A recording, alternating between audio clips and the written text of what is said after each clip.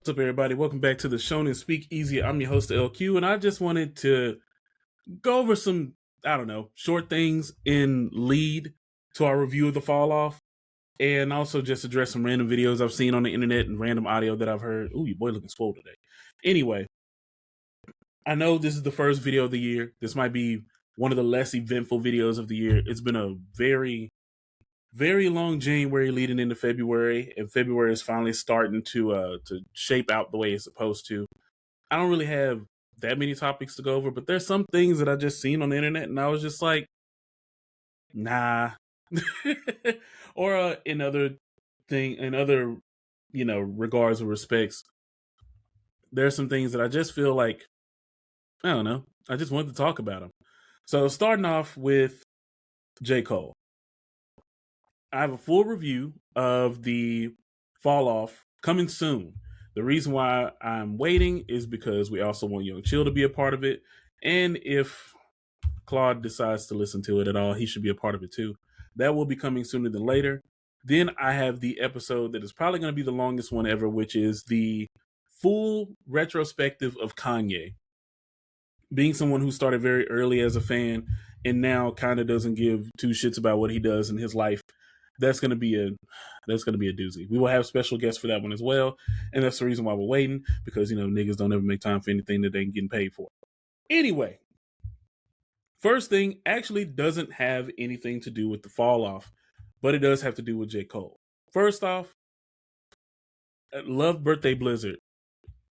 Great mixtape, great way to lead up to the album. Built a lot of anticipation. I actually tried to buy it, not just, to show my support, just buy it, because streaming is not as profitable as it once was. And if you do really like an artist and you really want to show them support, find your way to get a physical copy of whatever media you can. As an artist and as also an avid listener and a student of the game, the best way to show your support is by getting something that is physical, that is not from streaming. Go to a concert, buy an album, get a vinyl, buy some merch. Whatever you can do that. But also, don't go on these podcasts and have some takes that don't make any sense, like one that I just heard. Cole can't with either one of them, right? I'm not saying that. That's why I'm mad. I think Cole probably would have beat Kendrick, personally. No. I think so. Well, see, I think so. let me tell you, Cole's Yes, my he would guy. have. Yes, he would I have. don't think so. I'll be honest with you. I think so. Because of what Torre just said, right? I don't think that the battle was won by skills. I thought it was won by outwitting the other person. And Cole is very witty. He tapped out. He tapped out, and that's what makes me angry. I think he would have beat Kendrick. Would have been more wittier than. I think he would have. Than the machine. What you think Cole could do better than either one of them niggas? The wittiness. I think he's very smart. Now, I know a lot of people will probably disagree that, one, they may disagree with that overall take that Kendrick could beat J. Cole or J. Cole could beat Kendrick or either one of them. It's not necessarily about the take. Part of it is just about revisionist history. The thing that I don't understand is if you look at the actual timeline for this beef, and this, yes, is mostly about J. Cole. We're not going to rehash the Kendrick Drake topic. It gets old. It's redundant. It's dead. We already know who won. We already know who has lawsuits. Most people have moved on unless you just became a fan of these artists recently. So I have three different things wrong with this. Number one, I'm really tired of people talking about J. Cole backing out as a way to say that he is no longer a good rapper or a top tier rapper. And as someone who is very, very critical of J. Cole, and it's mainly because I am a big fan, I think there's a certain point where you can just let it go. Like, he's still gonna rap, he's still gonna make music. I mean, I guess now it's probably not gonna happen anymore. But it gets to a point where, like, if that's the only thing you got to stand on, you are now a bigger complainer, and like also not really you don't really care about the music, you only care about beef and entertainment or entertainment through a beef, because there's music surrounding all of this. If anything, you could point at Port Antonio, Birthday Blizzard, Fall Off, and really say, is this person skilled in each respect of the hip hop game? And I believe that J. Cole is truly a student of the game and is pretty skilled with his pen. And when I say pretty skilled, that's not to downplay how great he actually can be as a rapper, but also I'm a person that listens to a wide array of hip hop. And I will say he's not the greatest lyricist I've ever heard. He's not the greatest lyricist of our generation that I've ever heard. But in most regards, he is a top echelon, top 10% rapper. He's a rapper's rapper. And sometimes it's to a detriment of his own as a songwriter and sometimes as a producer. But that's one thing that we need to stop doing. Yes, the beef was a big deal. Him backing out was almost universally seen as a lame thing to do outside of the diehard J. Cole fans. But stop using that, especially in these hypotheticals. We know what actually happened. We're talking about skill. And that brings in my second issue with this is we saw what happened with J. Cole. There's this weird revisionist history where people pretend that J. Cole didn't participate in this beef at all. He backed out. That doesn't mean him backing out was after participating. So, y'all heard 7-minute drill. And for people that don't understand his reasoning for backing out, he had a very real moment where he recognized that he was gassed up to participate in something that he wasn't going to put that much effort into. And you can hear it in 7-minute drill. I know a lot of people like to argue about, the quality of it, but the overall reception of 7-minute drill was one, shocking. So a lot of people were surprised that the first person to jump out the gate was J. Cole and not Drake. Because if you remember this timeline correctly, 7-minute drill comes before push-ups and that, I forgot the name of the damn freestyle that the West Coast beef and AI voice. But anyway, before Drake drops his tracks, J. Cole throws his hat into the ring, and 7-minute drill is not good. It leaves a lot of holes in rebuttal for Kendrick Lamar, easy layup rebuttals that he could have had, to an extent where he had a good response just in Euphoria. The other thing was the energy and the effort, not good. People complained about the production a lot too. Overall, not a good diss track. It didn't really have that much legs to stand on, and honestly, I would have probably gotten rid of it too, seeing that the overall reception was very mixed. And it's not mixed from, the stands of the other respective artists. Fans of hip hop in general just didn't really have a resounding response to it. It did, like I said, garner a lot of attention because of the shock behind it. But as far as the impact, it was minimal. And then it got, the impact got decimated whenever he completely deleted the track and, decided to back out. So that's part 2. Part 3 is where me being a student of the game and me loving hip hop comes into play. Now, Tori said that the beef wasn't won off of skill, it was won off of basically strategy. And I think that's also bullshit. I don't think J. Cole would have won because he isn't a strategic mind. And you can see that from the way he does album rollouts. You can see it from the way that he does supporting his other artists. The Fall Off is the most strategic, press run and lead up to a release he's ever had. And I also almost got botched because of his issues with Cameron, but we just gonna let that go. I believe that he would have also been outwitted. And being witty with the pen does not mean being witty within strategy. Just like being, book smart isn't the same as being street smart. And there's a mix of that because there's a mix of things that make this more of a issue for J. Cole than it is for Kendrick. People forget that Kendrick has been a battle rapper. People forget that Drake, they don't forget that Drake is already battle tested, but he also roams in these spaces. Rather you think if he's a poser or if he's true to it, he's been in these battle spaces. Now, translating that to records where you're doing a diss track or you're doing a diss battle is slightly different. But for someone who has almost done neither, outside of throwing some shade at Kanye and Wale, those aren't the most impactful things. Because he isn't necessarily trying to diss them. He wants them to change their ways in order to be, more like him or to be more virtuous in their behaviors. But it's never really been beef for J. Cole. And I feel like his heart wouldn't have been in it regardless. And we know from the fall off what happens if his heart's actually in it. Punk, bitch. He says it like, 20 times in his song? It's crazy. But that's one of the issues is being good with the pen doesn't assure you battle. Like, it doesn't assure you victory. Sorry. So here's just a few diss tracks where the better lyricist didn't win. For one, or like the more, you know what? I'll take that back. Not even the better lyricist. The more lyrical tracks didn't win. Or diss tracks that weren't that lyrical in the first place. How about Obsessed by Mariah Carey? Yeah. It's got in Eminem's ass.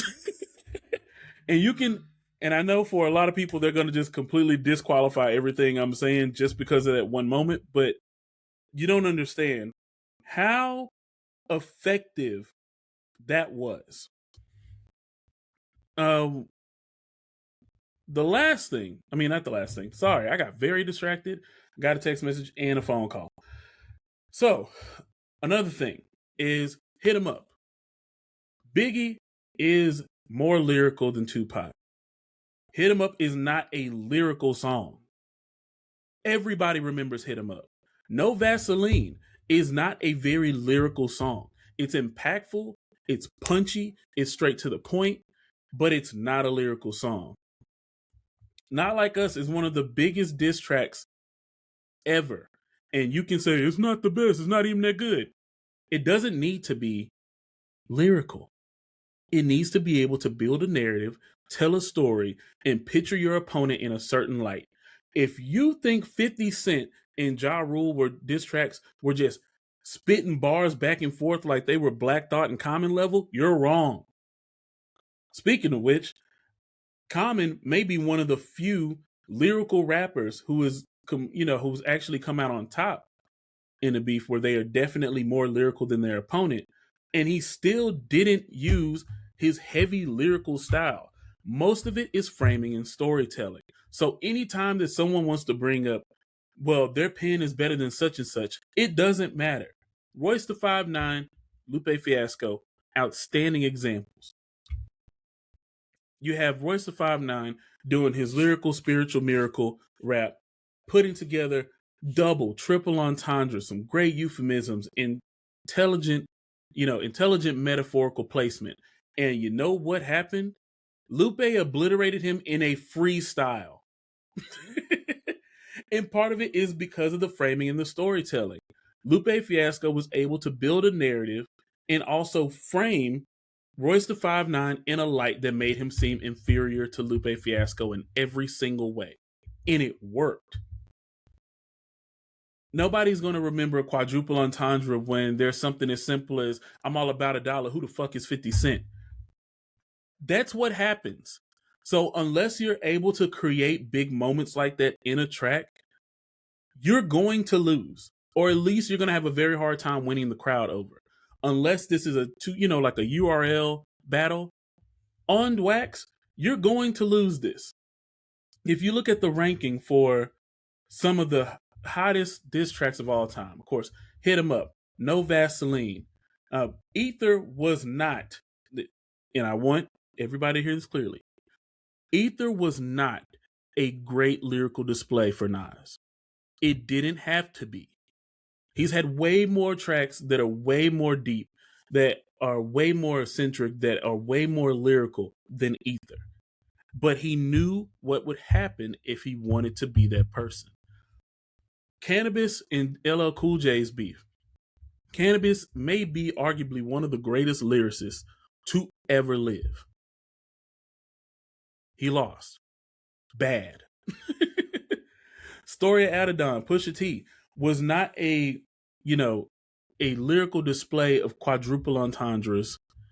It's a story. And it's a framing of Drake. It's a framing of Drake's family. And that's why there was no coming back, even with Duppy Freestyle being a great diss track on its own. It couldn't beat the legs that Story of Adidon had to stand on.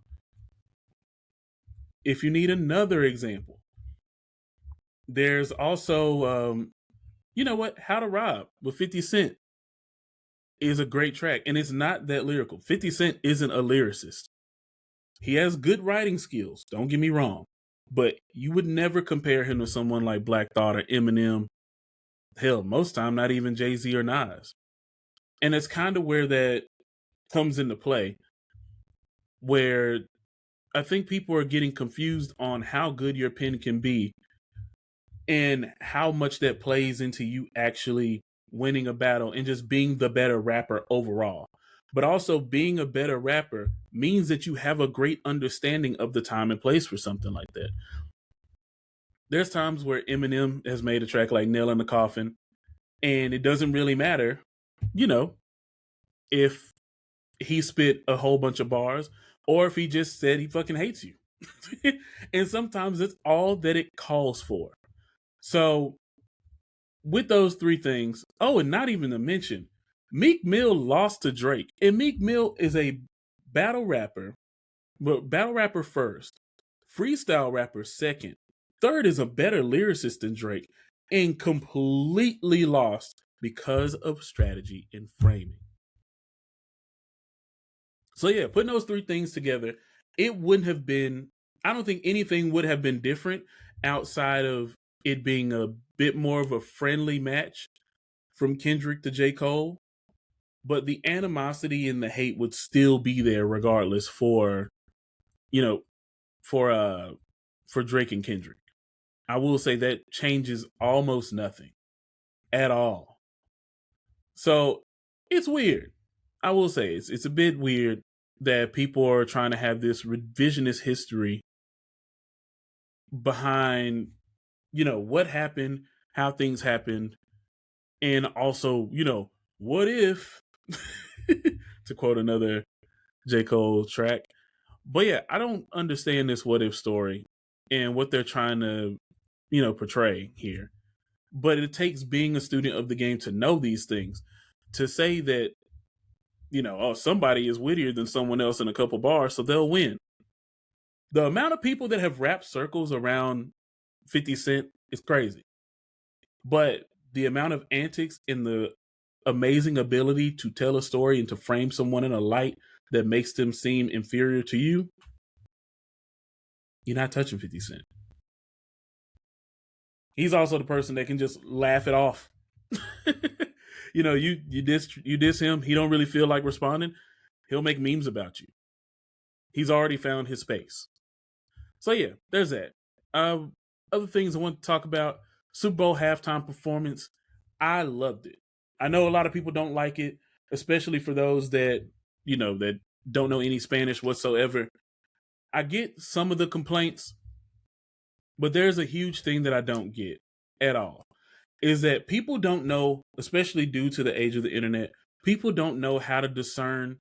I couldn't fully enjoy it because I couldn't relate or I couldn't understand it, compared to it sucked.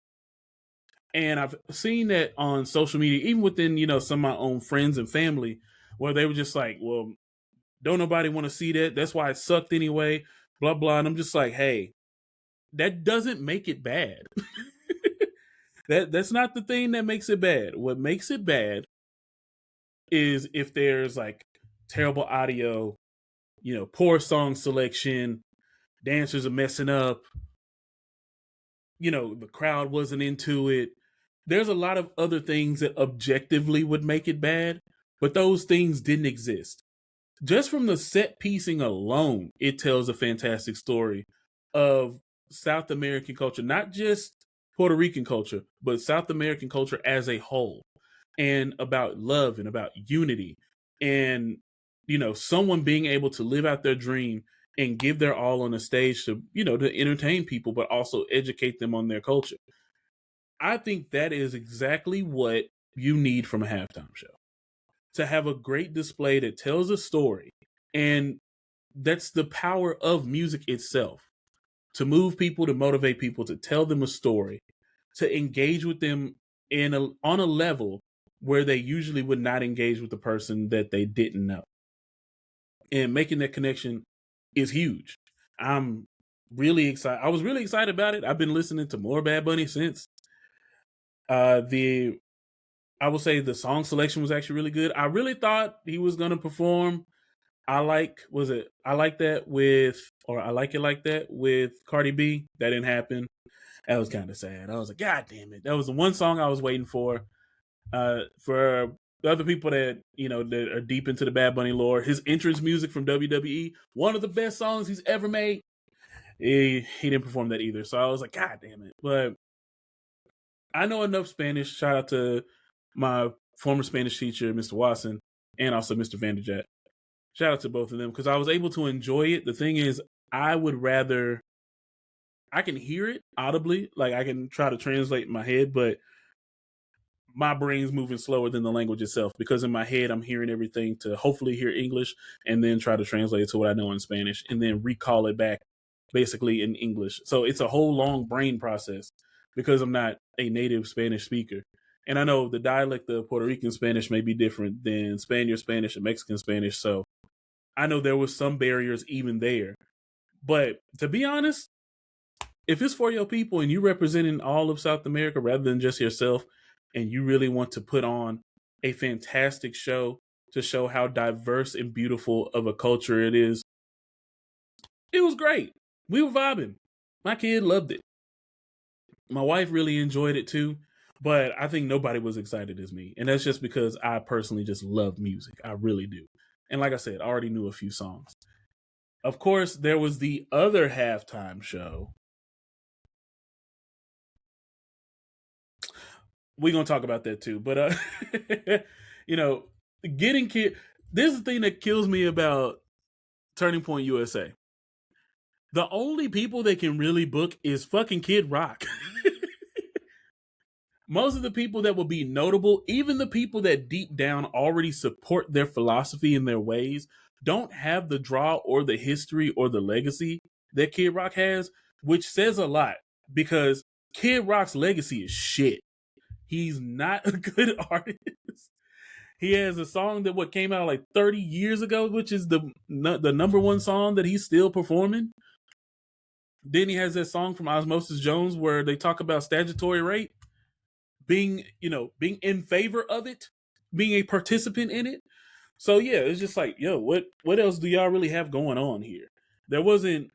They had the guy that I just want to catch my fish, I just want to drive my truck, I just want to eat my food. Like they had that guy who really didn't have that much value to add to the show either.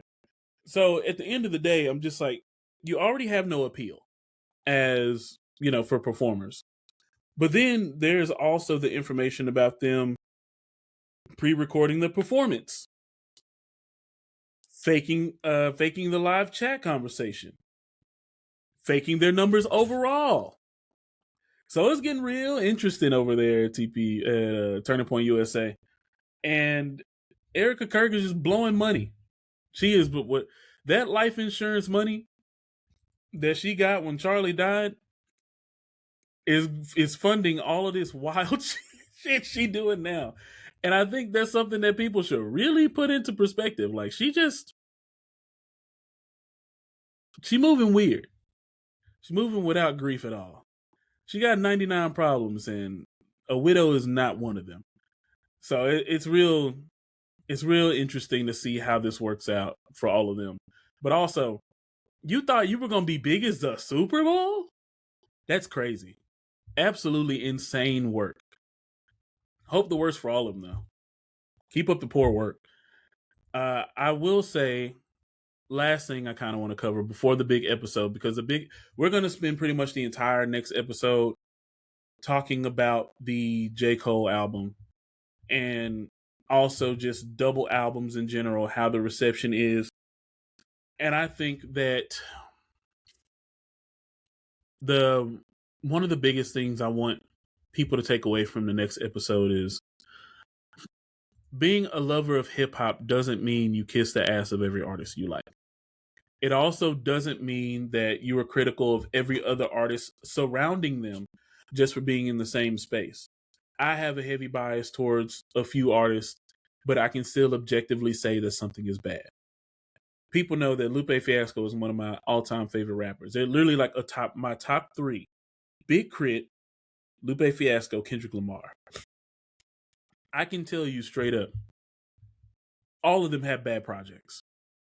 There's projects I will not defend at all. At least from each of them, at least one. Lupe unfortunately probably has more than one. I think he has three that I just won't defend. If you don't like them, they're pretty bad. Kendrick's, it's one. Yeah, I think it's one. And Big Crit, I think, if I remember correctly, it's only one. There's like one that if somebody didn't like it, I'd be like, I liked it, but it's whatever. But there's one I'm just like, nah, that's not good. It just wasn't good. So when we come into album reviews, I know we were pretty harsh on the Justin Bieber album. I don't like Future. So that was just like, a little hate fest or whatever. But we do our best to be diligent in how we evaluate music. I've listened to the album 6 times. I did the same thing with Yeezus. I did the same thing with Good Kid, Mad City. I did the same thing with Forever Is a Mighty Long Time. I actually just ran the album back a couple days ago. I love hip hop. I hate hip hop discourse, especially online. There are people that have like a lot of revisionist history and people that don't understand the words that they are even saying. I'm gonna have to show y'all this one before I go. This one really irked me because there's no way that this person says this and wasn't just objectively wrong. Because the revisionist history that's happening now in discourse is what kind of pisses me off. So check this out. That was so wild because I will explain. There was a time when Logic was genuinely in a big conversation. Like, y'all don't understand. Incredible true story in Young Sinatra. Bro, Bobby was cooking. I don't know what happened after everybody, but there was a time Logic was seriously considered to be in that big conversation. Revisionist history is killing hip hop discourse. I ran a blog. I say back around the time that Incredible True Story actually came out. Right after Young Sinatra. Right when Dead End Hip Hop was at its peak. There was no better source of hip hop reviews than Dead End Hip Hop. And I mean that. Even Kendrick Lamar himself, on his rise, right before Good Kid, right around the Good Kid, Mad City era, he even shout out Dead End Hip Hop for being such a great source and doing great things with their breakdowns. And unfortunately, they've kind of died off because their format hasn't changed. But The Incredible True Story was critically mixed.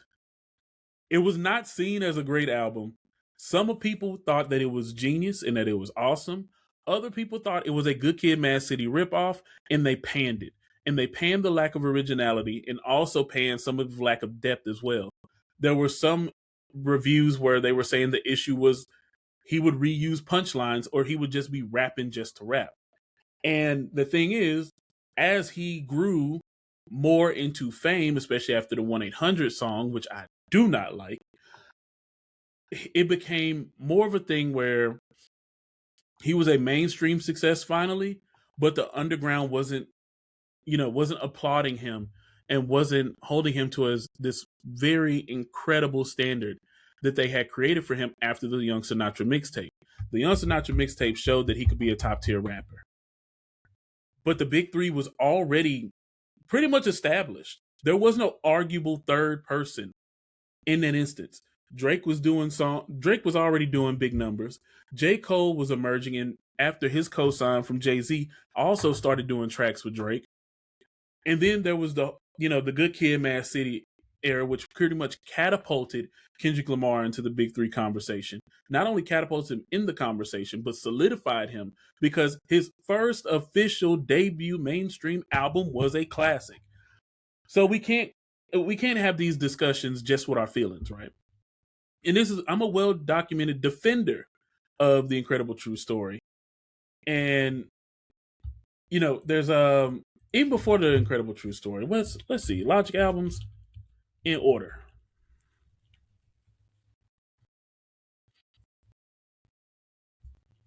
No, give me his discography in order. Sorry. Under Pressure. Under Pressure was the album I actually was referring to. Under Pressure was seen with very mixed response. That came out in 2014, by the way. So, remind you, an album that came out in 2014, it did go platinum. Awesome. But if you look at hip hop albums that came out in 2014, let's just take a quick look.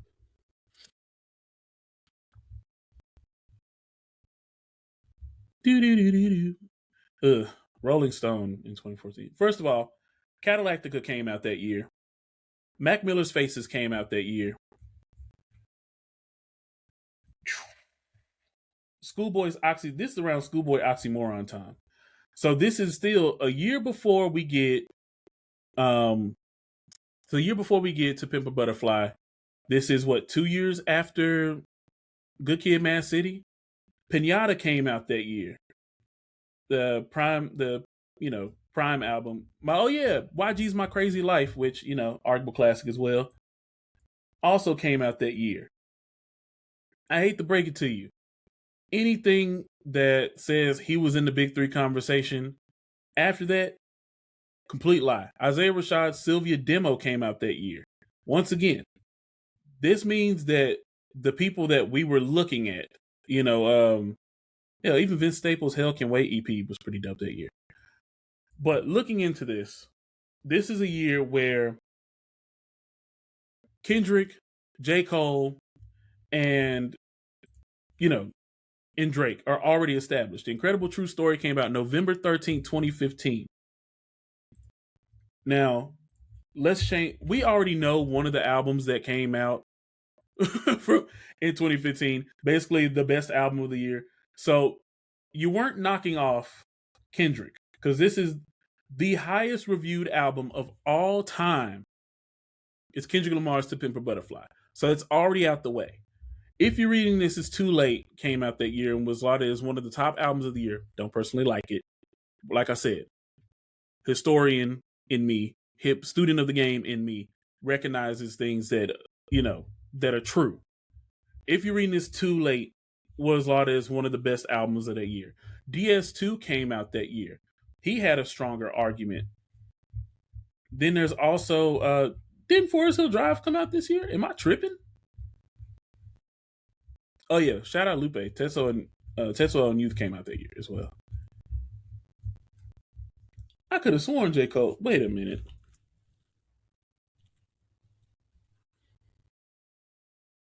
Oh no, that's why. It came out December 9th, 2014. So you're telling me the big three, the Logic was in the argument for the big three after J. Cole's breakthrough album. Breakthrough meaning his biggest album, his most established work, his most intense work comes out at the end of 2014. Then you have Drake, who drops If You're Reading This Too Late, multiple number ones on this album. Let's see. Matter of fact, let me look at his discography real quick. We know I'm not the biggest fan, but let's be real here. There's no reason for me to not give this man his credit when it's due. Why are they giving me his filmography? His discography. Damn. Shit. Seriously, are we not going to look for it? Okay. Or as if you're reading this too late.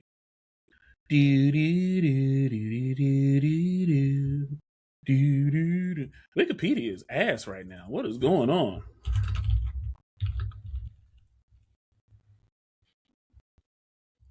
There we go. It has like its own Wikipedia, but it's not in the other. All right, here we go. Metacritic gives the album a 78 out of 100.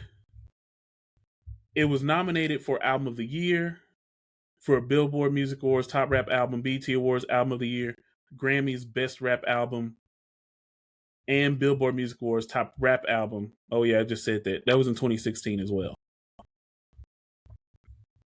So, you mean to tell me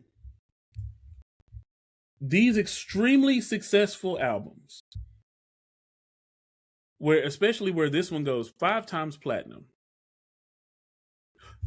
Logic was considered for the big 3 after 3 of the biggest projects from 3 of the biggest rappers came out within a year to year and a half span. Get the fuck out of here.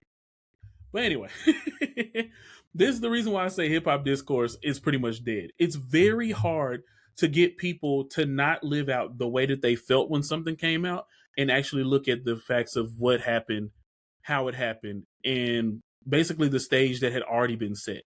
Anyway, I have yapped about rap music for a little long enough. I have some family things to tend to, and your boy got some job interviews coming up. So until next time, take care of yourself and each other. Love yourself and love those who love you the most. Call me LQ. Shonen Speakeasy. We out.